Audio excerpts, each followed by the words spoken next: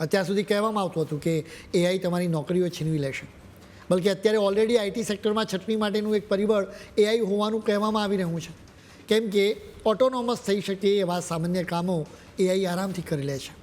વળી એણે રજા લેવાની પણ જરૂર નથી. કંપનીઓ છટણી માટેનું કારણ એઆઈ કહેતી નથી, બલકે તેઓ કહે છે કે કંપની રિસ્ટ્રક્ચરિંગ કરી રહી છે. જોકે તેમના કહેવાનો અર્થ તો એટલો જ છે કે માણસો કરતાં તો એઆઈ સારી રીતે કામ કરી શકે છે. આ વખતે ચટણીમાં એક પરિબળ જોવા મળ્યું છે કે એન્ટ્રી લેવલના કે ટોપ લેવલના લોકોને ટાર્ગેટ કરવામાં આવતા નથી. મિડલ લેવલના પ્રોફેશનલ્સની નોકરીઓ જઈ રહી છે. અત્યાર સુધી આ નોકરીઓ તો સુરક્ષિત મનાતી હતી. આ લોકો પ્રોજેક્ટ્સનું મેનેજમેન્ટ કરે છે, સમયસર કામ રહ્યું કે નહીં એ જુએ છે. જોકે હવે એઆઈ આ કામ સારી રીતે કરી રહ્યું છે. એ શેડ્યુલ સારી રીતે તૈયાર કરી શકે છે, ડોક્યુમેન્ટેશન પણ સારી રીતે કરી શકે છે. એટલું જ નહીં, કામકાજના સ્ટેટસ વિશે ટોપ લેવલને અપડેટ પણ આપી શકે છે. એટલે જ મિડલ લેવલના મેનેજર્સને છટણીનું સૌથી વધુ જોખમ રહેલું છે. કંપની અત્યારે બે જ પ્રકારના લોકો ઈચ્છે છે.